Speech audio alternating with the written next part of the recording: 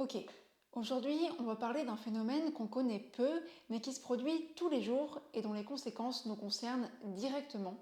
C'est l'artificialisation des sols. Alors ce sujet c'est un peu comme le cancer colorectal ou la disparition du charançon-bosselet. Ça fait pas très envie comme ça, mais pourtant ça pose des problèmes majeurs. Car en plus d'être une des premières causes du déclin de la biodiversité, l'artificialisation des sols aggrave les risques d'inondation, le réchauffement climatique, les inégalités et la chaleur en ville. Donc je pense que ça vaut le coup de s'y intéresser. L'artificialisation des sols, c'est quand un sol naturel, agricole ou forestier, devient un sol artificialisé, c'est-à-dire un sol qui est fortement transformé pour les activités humaines et qui perd ses fonctions écologiques. C'est ce qui se passe un peu tous les jours quand on construit ou agrandit des maisons, des parkings, des centres commerciaux ou des routes.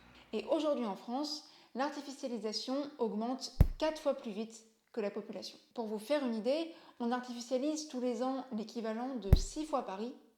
Et encore plus parlant, chaque seconde, il y a 20 mètres carrés de terres agricoles qui disparaissent, soit 12 terrains de foot toutes les heures. C'est quand même pas mal. Alors, le fait qu'on grignote toujours plus de sols naturels, ça s'explique surtout par 3 processus. L'étalement urbain et la construction de logements individuels, puisqu'une maison avec jardin fait un peu plus envie qu'une cage à lapins cernée de voitures. La création de réseaux de transport et la construction de zones d'activité ou de loisirs, comme les centres commerciaux. Alors l'artificialisation semble indispensable pour répondre à la forte demande de logement et permettre aux communes de s'agrandir pour accueillir de nouvelles activités ou de nouveaux habitants. Sauf que l'artificialisation des sols, c'est un peu comme manger un gros steak de bœuf. On ne voit pas forcément le problème, mais ça a des conséquences majeures pour l'environnement et pour nous. Déjà, l'artificialisation est l'une des premières causes du déclin de la biodiversité. Biodiversité qui, pour rappel, est essentielle à notre survie. D'abord parce que les espaces naturels qui disparaissent avec l'artificialisation, ils abritent tout un tas d'espèces. Quand on artificialise, on détruit leurs habitats ou on les fragmente. C'est le cas par exemple quand une route va couper une prairie en deux. Du coup, les espèces ont des difficultés à se déplacer, à se nourrir et à se reproduire, ce qui peut causer leur extinction. Et ensuite parce qu'à l'intérieur même des sols naturels, on trouve une biodiversité très riche, vraiment très riche. Les sols abritent un quart des espèces connues sur la planète. Et fun fact, il y a plus d'organismes dans une cuillère à soupe de sol sain que de personnes sur la planète. Et ces organismes qui vivent sous nos pieds, ils sont indispensables au bon fonctionnement des écosystèmes dont dépend la vie humaine. Mais en plus de nuire à la biodiversité, l'artificialisation aggrave aussi la crise climatique. Je crois qu'on n'avait pas vraiment besoin de ça. Surtout parce que quand ils sont artificialisés, les sols perdent une fonction écologique très utile. La capacité à stocker le carbone qu'on émet dans l'atmosphère et qui réchauffe le climat. Vous saviez sans doute que les arbres avaient ce super pouvoir, et ben spoiler, les sols aussi. Ils contiennent même 3 fois plus de carbone que les arbres et l'atmosphère. Or, quand un sol est artificialisé, il relâche le carbone qu'il contenait et il perd cette capacité de stockage. C'est con. Ensuite, les sols artificialisés absorbent plus de chaleur que les sols naturels, ce qui contribue à réchauffer les villes. On voit sur cette image la différence de température entre sol naturel et sol bétonné. C'est assez impressionnant, il fait 21 degrés sur le gazon et plus de 30 sur le sol bétonné. Et puis, artificialiser, c'est aussi faire disparaître des sols naturels qui, en plus d'être des réservoirs de biodiversité et des puits de carbone, nous permettent de produire des aliments, absorbent l'eau de pluie en cas d'inondation et permettent à l'eau d'alimenter les nappes phréatiques. Des services plutôt utiles, je pense que vous en conviendrez. Donc finalement, artificialiser des sols, ça a l'air de rien, mais c'est aggraver la crise du climat et de la biodiversité, être plus vulnérable face aux sécheresses, aux inondations et à la chaleur en ville, et produire moins d'aliments, donc perdre en autonomie alimentaire.